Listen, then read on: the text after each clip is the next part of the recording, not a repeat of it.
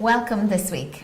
And this week what we're going to be talking about is a very important issue, the whole issue of academic writing. And really, although you're spending a lot of time thinking about your research questions, your document, how many words it needs to be, what area it's going to be in, what literature you're looking at, in the end what's going to be evaluated is the written document. And so it is important to take some time to think about academic writing, to think about how you write and how you can write better. So joining me today is Roisin Donnelly from the Teaching and Learning Department in DIT. So thanks for joining us, Roisin. So this whole area of academic writing is really important. Yes. So how can we become better writers, if you like? I suppose in a nutshell you say practice, but when you're thinking of academic writing as embedded within the dissertation process, there is a tendency to think of writing up at the end. So better advice is to start writing right from word go, from the very first time you meet your supervisor, to start to engage with critical reading and then starting to write and to engage with, there's certain, I suppose, definitions or a breakdown of academic writing or a little checklist that you need to be aware of when you're going through it. And there's certain words that your supervisor would use over and over again, such as you need to evaluate information when you're writing, you need to analyse information. And that's very important, isn't it? Because you know, the people who are getting lowish marks in literature reviews are the ones that are just describing things. So they're describing, and it's a bit I often describe it as like Smith said, Murphy said, John said, and that doesn't really add anything. You know, as a reader, I could go and read those pieces and know the same. I want to know how you are evaluating it or adding in or digging underneath those sorts of issues. And I mean, the descriptive level is a starting off point for the writing, but then you do have to step up and start to look at it from different perspectives. As we said earlier, you're actually using a very subject-specific vocabulary. I think the discourse of your topic and your discipline is important, that you show confidence in using terminologies and words around your discipline. And also not to be afraid. You know, sometimes people feel, well, like, if that important person said that and I'm only a student, then it must be true, and who am I to challenge it? That's right. But that's what the expectation is in a dissertation. That's right. It is. It's not just taking everything at face value. It is looking at things from a critical standpoint, as it said, not negatively, but looking at it from a particular viewpoint. Using the word I is an interesting one in academic writing. You're recommended only to use the word I in terms of you're an observer or a commentator on it, rather than drawing in from personal experience. You're trying to bring in information from a range of relevant sources to back up what you're trying to say.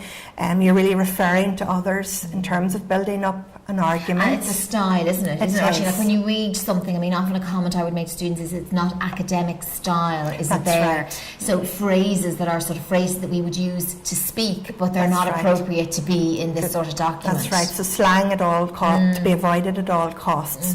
And it is a particular, that's the way the language is important. And to be some of the best ways maybe is to get that sort of style is as you keep on reading more and more journal articles, etc., then you get into that way of thinking, and the way of reading becomes the way you write. That's it. That's why the reading and the writing are so linked together, and it is only with practice that the more you read good examples of articles that have been published in your discipline in perhaps peer-reviewed journals and good examples of dissertations from previous years, you do start to embed yourself with the language that's required at that level.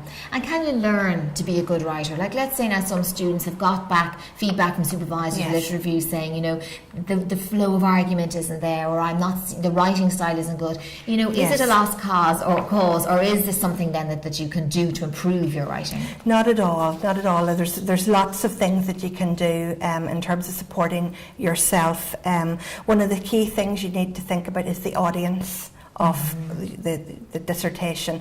Who is it that you're writing for? Who am I trying to communicate with in terms of this dissertation topic?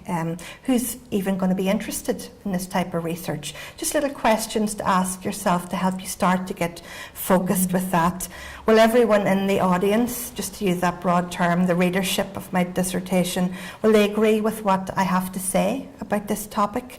If not, what counter arguments can I introduce and be prepared to answer through my dissertation? So at the back of it all, keep the audience very clearly in mind, whether it's practitioners in the area, is it policy makers, is it for teachers, is it students, is it people in industry, who is going to want to read this, and try to tailor and keep your focus with that in mind. And I think probably the key for the dissertation and thesis in terms of thinking about the way they're being marked as well is that they're being written, I suppose, for academics in that way, in terms of the mark being adjudicated. That's right, that's right. And key other things to think about that you might hear your supervisor saying is more coherence and more unity, and sometimes it's difficult for students to try to work out what is it that's meant by those particular words.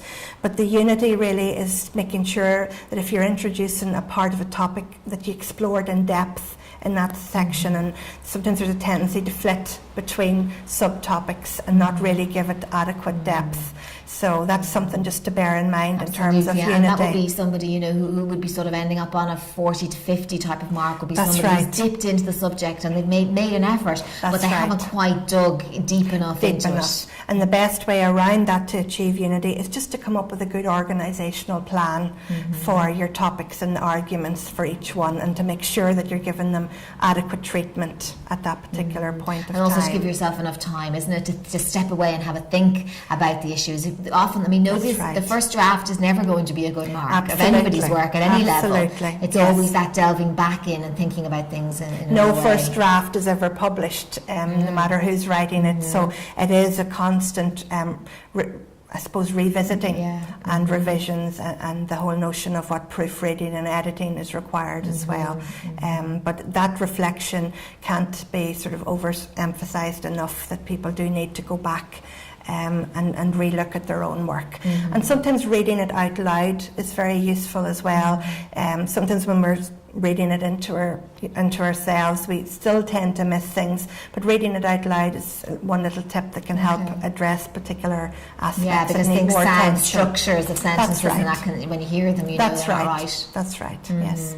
Okay, that's an important one to think about, definitely. Yes.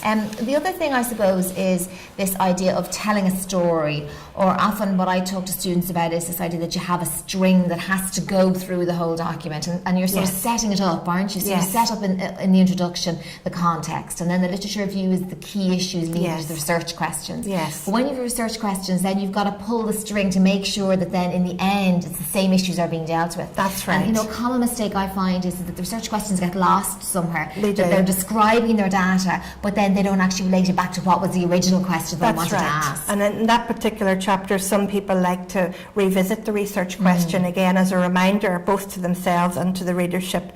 This is really the essence of my dissertation, the statement again, and I suppose the word is alignment, making sure that it's all aligned back to the research questions again, because it is very easy in research to go off track very simply, and it's an art form in itself to keep yourself focused and back on track. And I think as well what can happen is that students can write chapters independently, can't they? Yes. And as a reader you can see that. That's disjointed. Yes. Exactly. Yes. And I think it's important for us to say that you don't solve the disjointed by having 2 lines at the end of every chapter saying next chapter is going to look at. That's not what we mean. No. We mean that there has to be a stronger connection between the chapters. There's little things like they call them transitional sentence and signposting. Yes. For even between sections. Not even just between the signposting, because I often use that phrase and sometimes I wonder, is it actually clear what we mean? Yeah, you want the students to be able to, again, is to bear the audience in mind all the time. You may know exactly where you're going with your arguments, but you want to be able to signpost for the reader to include in this section I'm going to look at A, B and C, and then that's going to be followed by a more in-depth analysis of D. In chapter 2 there will be X, Y and Z, but all the while it's putting in those little directions for the reader so that they can follow the way through your and topic. headings is a very good way of doing that as well, isn't it? Particularly in literature chapters and in findings and analysis, where you know you've got the heading so the person knows I'm now moving to another sub area or subtopic. That's right. And another thing I think that's important as well to mention is that signposting. If you know that something's going to come up in your findings and analysis, and sometimes it might be that you then find an author who talks about something along those lines, but you didn't originally have it in your lit. You need to put it in your finger lit, Yes. because that's the hook that you're going to need to pull on when you get down into your analysis chapter. That's right, because we said earlier on, the writing process, it isn't going to be just one flow the whole way through. There's going to be constant revisions back. The literature review, a common question is, when do I stop? But sometimes, as you said, you find something very valuable later on in the process that you do need to go back and revisit. And it's not just a matter of sticking it in at the end of a section. You want to be very clear that it fits with your argument in a section or within that topic or subtopic. I think this is an important thing to think of the document as a whole and to think about all those sorts of things. It is, and it is that final drafting of pulling everything together. A really good question to bear in mind is how it is flowing from chapter 1 to 2 to 3, because prior to that you have been so consumed with each chapter in its own right, and you do want to have that standing back at the end to see how it all flows. Absolutely, because as again, you know, if students are thinking about markers, when markers are reading documents, they're getting a feeling about a number, so they're marking sections, but in their head they have a gut feeling, this is a first, this is a 2-1, and that can be swayed. You know, if one chapter is bad, it can dip you down, but you can lift yourself back up. That's right. But it's the total document that matters. Taking that holistic look at it at the end. And I know when we've had discussions as markers about grades, and sometimes you might find that when you've marked separate chapters, which is the way that we mark, in the end it tallies up to a certain number, but you may feel, but I feel that was a first, even though the marks might have tallied up to a 68, and then when you're discussing with the second marker, that will also have an influence. So it's the whole document as well as the separate bits that influence the mark. It really is so important for the student to be able to do that themselves, and it's a skill. As part of a researcher, you're trying to build up certain skills to show that you can research, but you're also showing that you can write effectively. There's no point in having brilliant findings if you haven't been able to present them as that. Back to your audience again. Yes. Okay. Thanks very much, Roisin. So there's lots of good advice there in terms of thinking of your document as a whole rather than thinking of it as separate pieces, and thinking about issues like signposting, writing critically, etc. So bear that in mind as you start thinking of your document now as one full document rather than as separate pieces and separate tasks. See you next time.